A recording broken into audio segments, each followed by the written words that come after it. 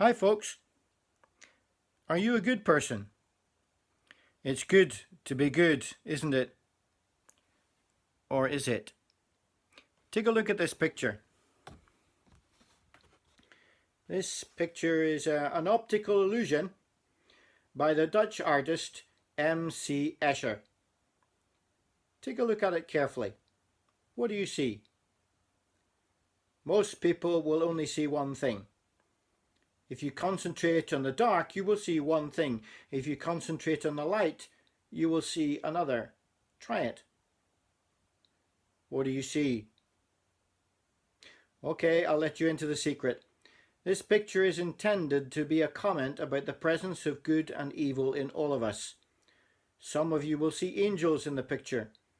Some of you will see bats or demons, and a few of you might see both. Whether you see one or the other or both, the statement that the artist is making is that both good and evil are present in the same picture, as both good and evil are present in all of us.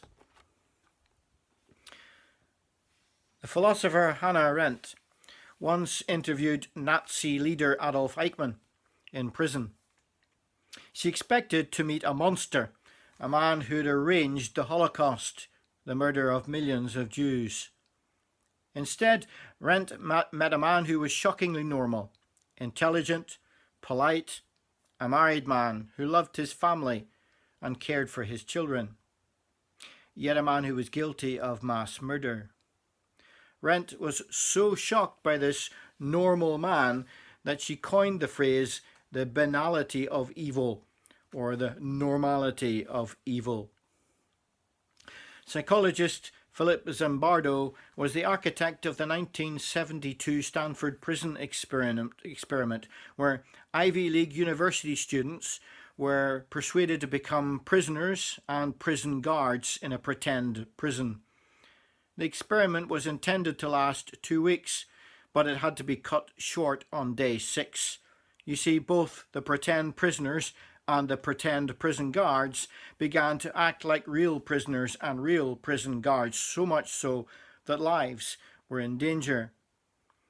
These were the best of academic students in America, and yet they were displaying the worst of the worst in behaviour. Zimbardo's experiment led him to be called as a witness at the Abu Ghraib trials, where American military guards were found guilty of the horrendous abuse of Iraqi prisoners. In each case, the soldiers that were found guilty were normal, genuinely good citizens. Most had unblemished military records, some were married, some had families, and yet these otherwise good people committed great evil. On our streets recently, we have witnessed how the intention to do good can so easily be turned into violence and hatred. From Black Lives Matter to Extinction Rebellion, these otherwise good causes had been hijacked for evil. Are you a good person? Author Jim Fredericks wrote a book called Black Hearts about the disastrous operational tour of the US 101st Airborne Division in Baghdad in 2005. That tour ended with a number of soldiers being convicted for the rape and murder of an innocent Iraqi family. In the introduction to the book, Fredericks wrote a few words that I think are among the most chilling I have ever read. He said, and I quote, "I believe that there were good leaders and bad leaders in this battalion, and I think the facts demonstrate who was who. But I also believe that bad leaders had good days, and good leaders had bad days." Are you a good person? It's good to be good, isn't it? Or is it? Here's what the Apostle Paul said about how good he was.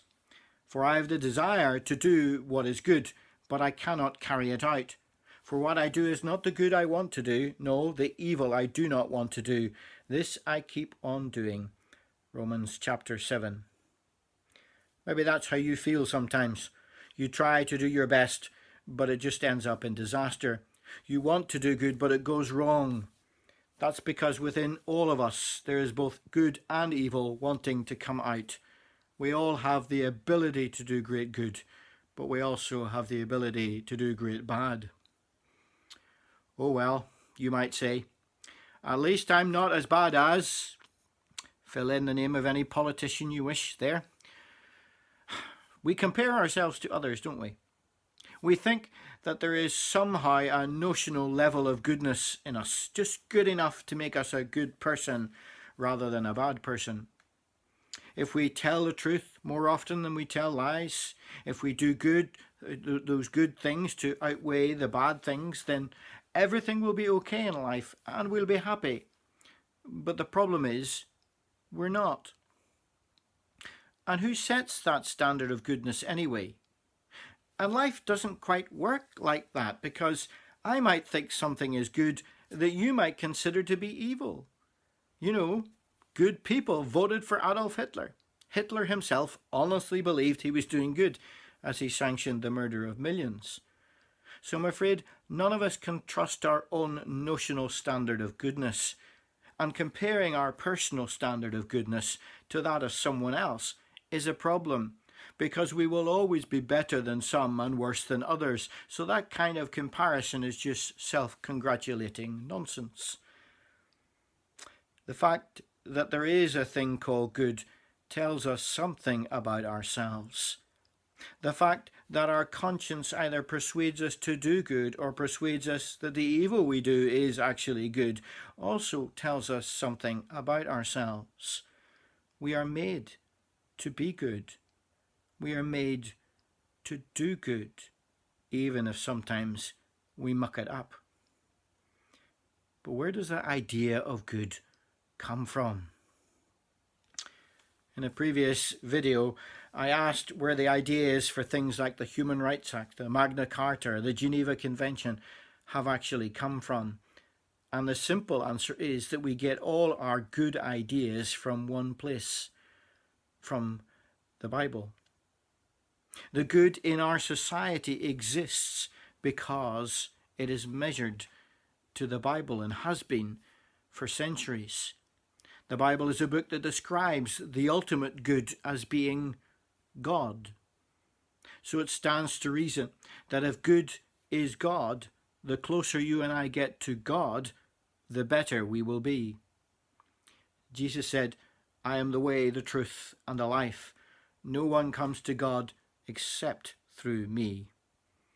The only way to be truly good is to be good with God. God bless. Ta-ta for now.